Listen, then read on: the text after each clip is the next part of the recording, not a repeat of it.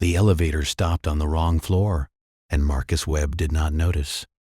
He had been watching the numbers above the door without really seeing them. 4, 5, 6. The building had once been a hotel. Years later, the lower floors had been converted into professional offices, while the upper floors became small apartments rented mostly by older tenants, graduate students, and people who preferred a building with dim hallways and cheap monthly parking to anything new. The fourth floor held therapists, accountants, and a dentist who kept a bowl of peppermint candies on his reception desk. The sixth floor held private apartments. Marcus had been going to Suite 4C twice a week for the past 3 weeks to see Dr. Okafor. He had no appointment that evening. He had only needed to leave his apartment, to sit in traffic, to be somewhere other than the rooms that had become too quiet after 4 months without work. He had pressed 6 instead of 4. Marcus made a living noticing small failures before anyone else could see them.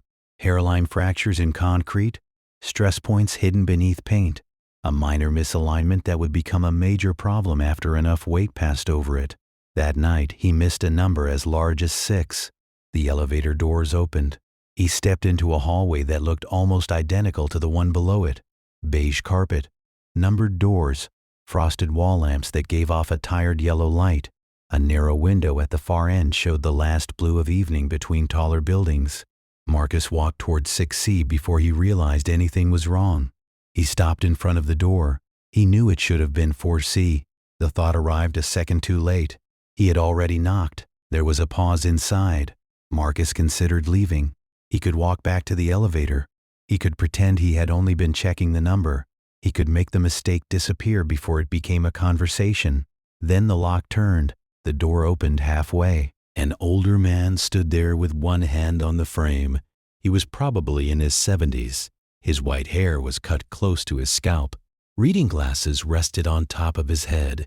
He wore a cardigan the color of weak tea and held a paperback book open in one hand, his thumb marking a page. He looked at Marcus, not with alarm, not with recognition, something in between. "Can I help you?" the man asked. Marcus cleared his throat. "I'm sorry. I think I have the wrong door." The older man did not answer immediately. His eyes stayed on Marcus's face. Marcus felt the strange discomfort of being studied by someone who had no reason to study him. Then the man said carefully, "I thought you were someone else." Marcus should have apologized again and left. Instead he asked, "Who?" The older man looked down for a moment, almost embarrassed by his own answer. "My son," he said. "Not exactly. You don't look like him exactly. It was the way you were standing in the hallway." Marcus glanced back toward the elevator. The older man followed the movement. "I'm sorry," he added. "That was an odd thing to say to a stranger." "It's okay." "No, it isn't really." For the first time, Marcus noticed a coffee smell coming from inside the apartment. The older man shifted his grip on the door. "I made too much coffee," he said. "If you'd like a cup, you can come in for 5 minutes, or you can walk away and forget this happened. Either option would be reasonable." Marcus looked down the hallway. 30 feet away, the elevator waited with its metal doors closed. Behind it was the parking garage, his car, the drive back to his apartment, the unopened mail on the counter, the refrigerator full of food that required no cooking, and the phone that had not rung in 11 days except for spam calls. He looked at the man again. "What's your son's name?" he asked. The man stepped back from the doorway. "David," he said. Marcus crossed the threshold. The apartment was modest and orderly. Bookshelves covered one wall. A single lamp cast a warm circle over an armchair beside the window. The rest of the room remained in the soft gray light of a city evening, settling into night. There were no family photographs scattered around the room. Only one framed image hung above a low bookcase. It was black and white. A young man in factory coveralls stood in front of heavy machinery. He looked into the camera with a tired, almost defiant expression. His eyes were narrowed against sunlight. The older man handed Marcus a mug. "I'm Thomas Reyes," he said. "Marcus." Thomas nodded as if the name mattered. They sat across from one another. Marcus took the edge of the couch. Thomas settled into the armchair beneath the lamp. For several seconds, neither spoke. Marcus held the coffee cup between both hands. It was too hot to drink. You said I reminded you of your son, Marcus said finally. Thomas looked toward the photograph on the wall. Not your face, he said. Not really. David has darker hair. He's shorter than you. But you had the same look when you knocked. What look? Thomas considered this. Like you were prepared to leave before anyone could ask you to stay. Marcus felt something tighten in his chest. He did not answer. Thomas looked down at his mug. I haven't spoken to David in 6 years, he said. Marcus nodded once. I'm sorry. Thomas shook his head. Don't be sorry. Not yet. You don't know enough about it to be sorry. The bluntness of the answer surprised Marcus. Thomas noticed. I've had 6 years of people saying they're sorry, he continued. It doesn't change much. Curiosity is usually more useful. Marcus looked at the photograph above the bookcase. Who's that? My father. Thomas glanced at it. He worked in a steel mill for 31 years. He believed in providing for people, paying bills, fixing things, making sure the roof didn't leak. He was very good at those things. And the rest? Thomas gave a small smile. The rest was not his department. Marcus looked down at the coffee. Thomas leaned back in his chair. David and I had a falling out, he said. There was money involved, a business idea, a loan he wanted. I said no. Was he angry? For a while. Then I was angry. Then neither of us knew how to stop being angry without admitting that the anger had covered something else. What was underneath it? Thomas looked at Marcus. Fear, mostly. The room went quiet.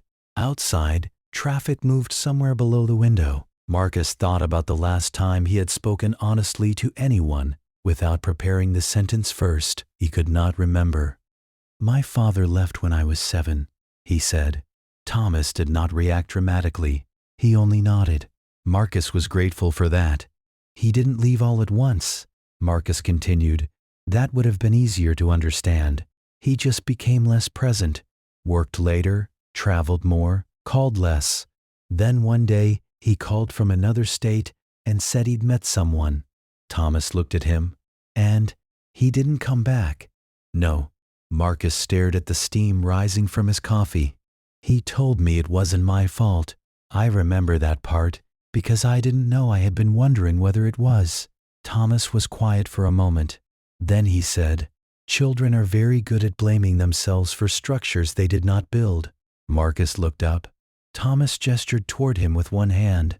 You look like someone who has spent a long time trying to make sure nobody else gets to leave first. Marcus almost laughed. The sound did not come. Instead, he said, I was married. Thomas waited. She left 2 years ago. I'm sorry, Thomas said. This time, Marcus believed him. She left, Marcus continued. But I think I had been leaving before she did. I just stayed in the apartment while I did it. Thomas lowered his eyes. That makes sense. Marcus felt exposed by the answer. Not judged. Worse than judged. Understood. Thomas reached for his coffee, then stopped before lifting it. Why did you come to this building tonight? He asked. Marcus thought about lying. He had become skilled at answers that sounded complete without containing much. I see a therapist downstairs, he said, on the 4th floor. Did you have an appointment? No. Then why did you come? Marcus looked toward the window. The city lights had started appearing in the buildings across the street. I didn't want to go home yet. Thomas nodded slowly. He did not ask another question. For the first time in 4 months, Marcus sat in a room with another person and did not feel the immediate need to explain why he was failing. 4 months earlier, Marcus had been sitting in a conference room with 200 employees when a man from corporate headquarters used the phrase workforce realignment. The man had a kind voice. That was what Marcus remembered most. He had spoken gently, calmly. He had explained the acquisition, the new organizational structure, the difficult decisions, the need to remain competitive. Marcus understood. Before the sentence finished, 14 years with the firm were over.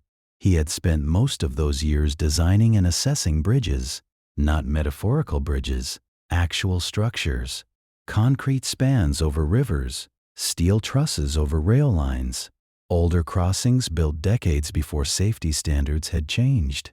He had been good at the work. His supervisor used to tell him that Marcus could spot the weak point before the rest of the team even knew where to look.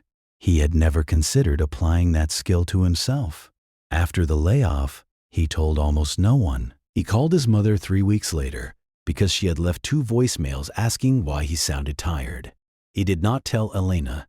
There was no reason to call his ex-wife with news about a life she was no longer part of. That was how he described it to himself. The truth was that he did not want anyone to ask what came next. He did not know what came next. The not knowing became a permanent pressure behind every other thought. His mother insisted he see someone. At first, Marcus agreed because arguing with her required more energy than making an appointment. That was how he ended up with Dr. Okafor in Suite 4C. The office had a dark green rug, a narrow bookshelf, and 2 chairs angled toward each other. Dr. Okafor was a woman in her 50s with silver curls and a voice that never rushed to fill silence. During the first session, Marcus told her he had been laid off. During the second, he told her about Elena. During the third, he mentioned his father. Dr. Okafor had written nothing down for almost a minute. Then she said, "You describe every important relationship in your life as if you were preparing for evacuation." Marcus had looked at her. "I don't know what that means." "I think you do." He had not returned the following week. Then his mother called and asked whether he had gone back. He said yes. She knew he was lying. "You don't have to tell me what happens in there," she said. "Just don't decide too quickly that nothing can help you." Marcus went back. 3 weeks later, he pressed 6 instead of 4 and knocked on Thomas Reyes's door. He left Thomas's apartment shortly after 8. Thomas did not ask for his number. Marcus did not offer it. At the door, Thomas said, "I'm usually here on Thursdays."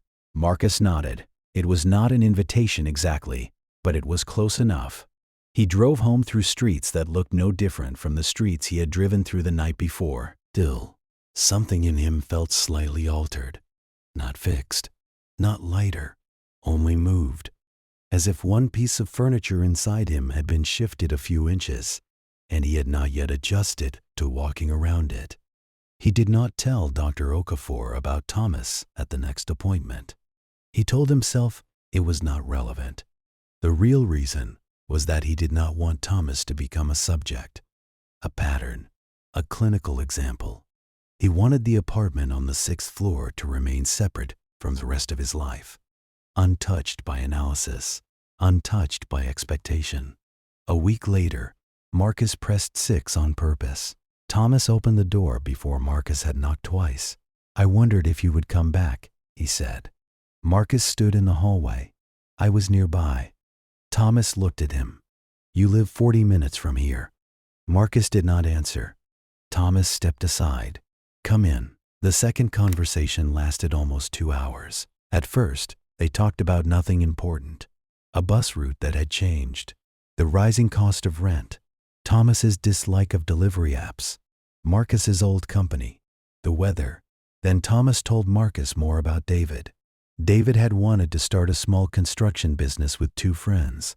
He had asked Thomas for a loan. Thomas had refused. "I told him he was being reckless," Thomas said. "I told him I had watched my own father lose money chasing something similar. I told him he needed to grow up." "Did the business fail?" "Yes." Thomas looked at the floor. "Within a year." "So you were right." "That's what I kept telling myself." Thomas's hands rested on his knees. "I was right about the business. I was wrong about nearly everything else." Marcus stayed quiet. Thomas continued. "David did not need me to agree with every decision. He needed me to say I was worried without making him feel small. Instead, I delivered my fear like a verdict. He heard judgment. I never corrected him." "Did he stop talking to you after that?" "Not immediately. That would have been easier. We argued. Then we became polite. Then he stopped calling as often. I stopped calling because I was angry. After a while, the silence became the relationship. Marcus looked toward the bookshelf. And 6 years passed. Thomas nodded. 6 years. A clock ticked in the kitchen. Marcus thought about Elena. The first years of their marriage had been good. She was warm in a way that had frightened him at first. She noticed when he withdrew. She asked questions. She expected answers. For a while he tried. Then Elena became pregnant. The pregnancy was difficult from the beginning. They lost the baby in the second trimester. Afterward, both of them moved through the apartment, as if each room contained something fragile they could not touch. Elena wanted to talk. Marcus did not know how. He started working later. He answered questions with short sentences. He convinced himself that if he stayed calm enough, useful enough, occupied enough, the grief would eventually become manageable. Instead, it moved into the space between them. One night, Elena stood in their kitchen with both hands on the counter. "What is happening to you?" she asked. "Nothing." "Marcus, I'm tired." "You're always tired." He remembered the look on her face. Not anger, not even disappointment. Recognition. She understood that he was going somewhere she could not follow. "I don't know how to explain it," he said. Elena looked at him for a long time. Not knowing how to explain something and not trying are different things, she said. Marcus had said nothing. 2 years later, she left. Thomas was watching him now. "You did something similar," Thomas said quietly. Marcus looked up. "What?" "You thought silence was less dangerous than the wrong words." Marcus did not deny it. "I thought if I didn't tell her how bad things were in my head, I wouldn't burden her. And I made her live alone beside me." Thomas's expression changed. Not judgment. Recognition again. Marcus looked down at his hands. "I thought if she never saw the worst part of me, it would hurt less if she left." Thomas asked. "Did it?" Marcus sat with the question. "No," he said. "It hurt exactly the same. Maybe worse, because I had spent years rehearsing the loss instead of trying to stop it." Thomas leaned back in his chair. "My father taught me that love was a roof that did not leak," he said. "Bills paid on time, food on the table, nothing emotional that could not be solved with work." Marcus glanced at the photograph of Thomas's father. "I learned it well," Thomas continued. "Then I taught it to David. I thought I was protecting him. Maybe I was only repeating what I knew." Thomas stood and walked toward a closed storage door near the kitchen. He hesitated before opening it. Inside, shelves held boxes, old winter coats, a folded stepladder, and a small wooden crib pushed against the back wall. Marcus did not say anything. Thomas looked at it for several seconds. "That was David's," he said. Marcus stayed where he was. "I kept it after he moved out. I told myself it was practical, that someone might need it someday." Thomas let out a tired breath. "Then I told myself I was keeping it because I loved him." He closed the door halfway. "Maybe I was keeping it because I wanted proof that I had once known how to care for someone." Marcus looked at the narrow opening.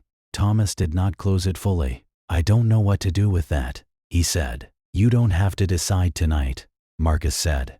Thomas turned toward him. "No," he said, "but I probably need to stop pretending that not deciding is the same thing as peace." Marcus started visiting Thomas every week or two. They did not make a formal arrangement.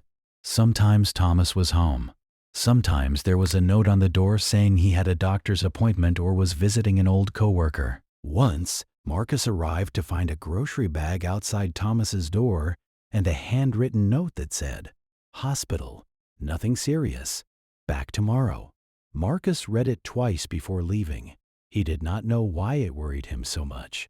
He returned the next evening with soup from a deli near his apartment. Thomas opened the door wearing slippers and looked at the container in Marcus's hand. "Is that soup?" he asked. "Yes." Thomas accepted it. "You are aware I invited you in once. This does not make you my son." "I know." "Good." Thomas stepped aside. "Come in anyway. The rhythm of the visits became something Marcus did not name. Two men in different stages of life, both trying to understand the damage caused by conversations they had avoided. Marcus began to speak more honestly in therapy. He still did not mention Thomas by name, but he told Dr. Okafor about the wrong door, not the details, only the fact that he had met someone unexpectedly and found himself saying things he did not usually say. Dr. Okafor listened. Then she asked, "What makes it easier to talk to him?" Marcus thought about it. "He doesn't need anything from me." "Are you sure?" "He doesn't know me." That is not the same answer. Marcus looked at the rug. Dr. Okafor leaned forward slightly. "You have spent most of your life believing that closeness becomes dangerous when someone can disappoint you. A stranger feels safer because he cannot fail the version of you that expects to be left." Marcus said nothing. She continued, "But he is no longer a stranger, is he?" Marcus thought about Thomas's apartment, the lamp, the photograph, the storage door that had not closed all the way. "No," he said. "What does that make him?" Marcus did not know. He was not ready to call Thomas a friend. The word felt too exposed. So he said, "Someone I don't want to lose." Dr. Okafor nodded. "That may be enough to begin." Marcus began looking for work again, not with the frantic urgency he had felt after the layoff. At first, he updated his resume because his mother asked whether he had done it. Then he applied to 2 engineering firms. One never responded. The other interviewed him twice and hired someone else. Marcus expected the rejection to send him back into the apartment for another week. Instead, he felt disappointed, then annoyed, then tired. And the next morning, he applied somewhere else. The third firm was smaller. They specialized in restoring and strengthening aging bridge systems. They inspected old structures, located stress fractures, reinforced corroded supports, and updated designs without demolishing everything that had existed before. The work interested Marcus more than he expected. He interviewed. 2 weeks later, he got the job. It paid less than his old position. He found that he did not care as much as he thought he would. On a Thursday evening in late autumn, he told Thomas. "Retrofitting," Thomas said, turning the word over slowly. "More or less. Taking something old and trying to make it hold." Marcus looked at him. "That's one way to describe it." Thomas gave him a look. "You realize you are not subtle." Marcus smiled. "I'm an engineer. Subtle is not usually the goal." Thomas laughed. It was the first full laugh Marcus had heard from him. Then Thomas looked toward the kitchen counter. There was a folded sheet of paper beside the sugar bowl. "I wrote the letter," he said. Marcus sat still. "To David?" Thomas nodded. "It has been on that counter for 9 days. Have you read it?" "Every morning." "Have you changed it?" 11 times. Marcus looked at the paper. "Do you want me to hear it?" Thomas nodded once. He took the letter, unfolded it carefully, and put on his reading glasses. His voice was steady at first, then less steady. "David," he read, "I started this letter 11 times over 6 years. I threw away 10 of them because I kept trying to explain why I was right about the loan. I was right about the loan. I have decided that does not matter anymore." Thomas paused. Marcus looked down. "What matters," Thomas continued, "is that I told you the truth in a way meant to win an argument instead of a way meant to keep you close. I was afraid for you, but I made fear sound like judgment. You heard judgment because that is what I gave you." Thomas stopped again. His glasses caught the light. "I am not writing to ask you to forgive the loan decision. I am writing to tell you that I am sorry for how I spoke to you. I am sorry that I let 6 years pass because I was afraid you would not answer." His voice lowered. "I kept the crib. I do not know why I am telling you that. Maybe because I want you to know that I did not throw away every reminder of you. Maybe because I am finally trying to tell the truth without making it into an excuse." Thomas looked at the page. "I do not expect a response. I would understand if you do not want one, but I wanted you to know that the door is open from my side. Whatever you decide to do with that, I will respect it." He folded the letter. The room stayed quiet. "It's good," Marcus said. "It's terrifying." "Yes." Thomas looked at him. "That is not helpful." Marcus almost smiled. "It means it matters." Thomas held the folded letter in both hands. I keep waiting for it to stop feeling terrifying. I don't think it does. No, Thomas said. I don't think it does either. The next Tuesday, Thomas sealed the letter. Marcus stood beside him in the small kitchen, while Thomas searched 3 drawers for an envelope. When he finally found one, he wrote David's address slowly. Then he stood with the envelope in his hand. "Do you want me to mail it?" Marcus asked. Thomas shook his head. "No, I have to carry it." They walked together to the mailbox on the corner. The wind was cold. Thomas stood in front of the blue metal box for nearly a minute. Then he slid the letter through the slot. Neither man spoke on the walk back. The call came 10 days later. Marcus was at Thomas's apartment when the phone rang. It was an old-fashioned ringtone, loud and insistent in the quiet room. Thomas looked at the screen. His face changed. "It's him," he said. Marcus stood. "I'll go." Thomas reached out, his hand stopping just short of Marcus's arm. "Stay," he said. Marcus looked at him. "You don't need an audience." "I know." The phone rang again. Thomas swallowed. "I think I need someone in the room who knows I'm trying not to run." Marcus nodded. "Okay." Thomas answered on the 4th ring. "David," he said. His voice cracked on the name. Marcus stepped toward the bookshelf, giving as much privacy as the room allowed. He looked at the photograph of Thomas's father. He listened only to Thomas's side of the call. "I got your message." A pause. "Yes, I wrote it." Another pause. "No, I'm not calling to explain why I was right." Thomas's eyes filled. Marcus looked away. "I was afraid," Thomas said quietly. "That's all I should have said then." A longer pause. Thomas sat down slowly. "Yes," he said. "I would like that very much." The call lasted 11 minutes. When it ended, Thomas placed the phone on the table with great care. For a while, he did not speak. Then he looked at Marcus. "He's coming for dinner Sunday." Marcus smiled. Thomas shook his head, almost disbelieving. He said he read the letter in his car during his lunch break. He said he sat there for 20 minutes before he could drive. Marcus felt something move through him. Not envy, not exactly. Something closer to grief for all the people who had waited too long because they were afraid of an answer. "I'm glad," he said. Thomas looked at him for a moment. Then he said, "You should call your father." Marcus's body went still. "That's different." "Is it?" He left. Thomas nodded. "Yes. I didn't make it impossible for him to stay close." "No," Thomas said.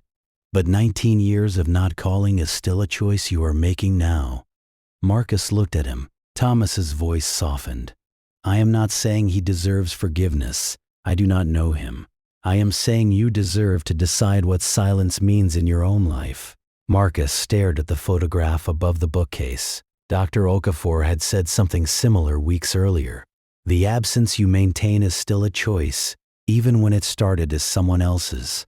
"I'll think about it," Marcus said. Thomas nodded. This time, he did not push.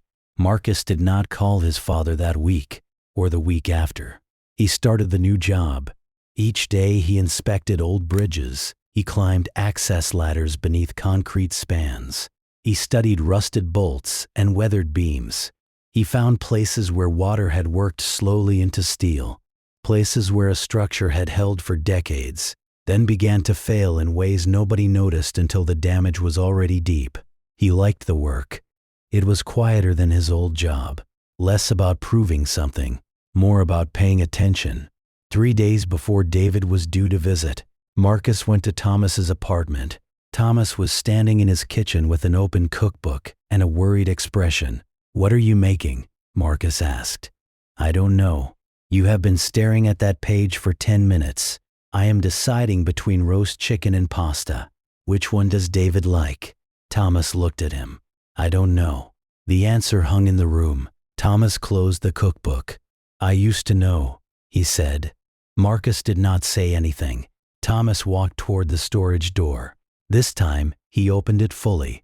The old crib stood folded against the wall. Thomas touched the top rail. "I thought about bringing this out," he said.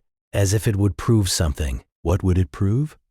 That I remembered him, that I loved him. Marcus looked at the crib. And would it? Thomas considered the question.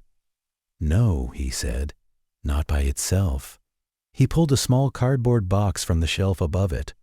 Inside were old drawings, a plastic toy car missing one wheel, a school photograph of David at 8 years old, serious and unsmiling. Thomas held the photograph. He hated picture day, he said. He said the flash made him look like a criminal. Marcus smiled. Thomas smiled too. Then his expression changed. I don't want to show him these things to make him responsible for my feelings, he said. I don't want him to walk in here and feel like he has to reassure me that I was a good father. You can ask if he wants to see them. Thomas looked at him. Yes. Or you can wait. Thomas nodded. He placed the photograph back in the box. Then he left the storage door open. Not wide, but open. Marcus understood that Thomas was trying to learn the difference between holding on and making room. Marcus left before David arrived. He did not want Thomas's dinner to become a scene. He drove home through wet streets beneath early winter rain. At his apartment, he sat on the couch with his phone in his hand. His father's number was still saved in his contacts. 19 years old. He had carried it from phone to phone, changing the label once from Dad to Richard, and then back again. He opened the contact. His thumb hovered over the number. He did not call. Instead, he searched for the address. It took 15 minutes. 15 minutes. 19 years had felt impossible because he had never tested how much of the distance was real. His father still lived in the same state, 2 towns away from where Marcus had grown up. Marcus closed the search window, then opened it again. He looked at the address for a long time. The next morning he called Dr. Okafor. Can I ask you something? He said. You can ask. Is it selfish to contact someone who hurt you? That depends on why you're contacting them. I don't know why. That is honest. Marcus stood in his kitchen. The window showed a gray morning. I don't know whether I want an apology, he said. I don't know whether I want answers. I don't know whether I want anything from him. What do you want from yourself? Marcus did not answer. Dr. Okafor waited. Finally, he said, I don't want fear to decide for me anymore. There was a pause. Then make a plan that respects both your fear and his boundaries, she said. What does that mean? It means you can show up without demanding anything. You can leave if he asks. You can say why you came without forcing him to make you feel better. Marcus looked down at the address. Okay, he said. Can you do that? I think so. No, Dr. Okafor said gently. You can decide whether you will.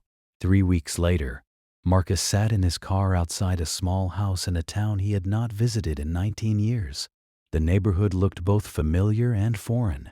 Low houses, bare trees, a basketball hoop above a garage, a bicycle on its side in the yard next door, a wind chime hanging from a porch but not moving because there was no wind.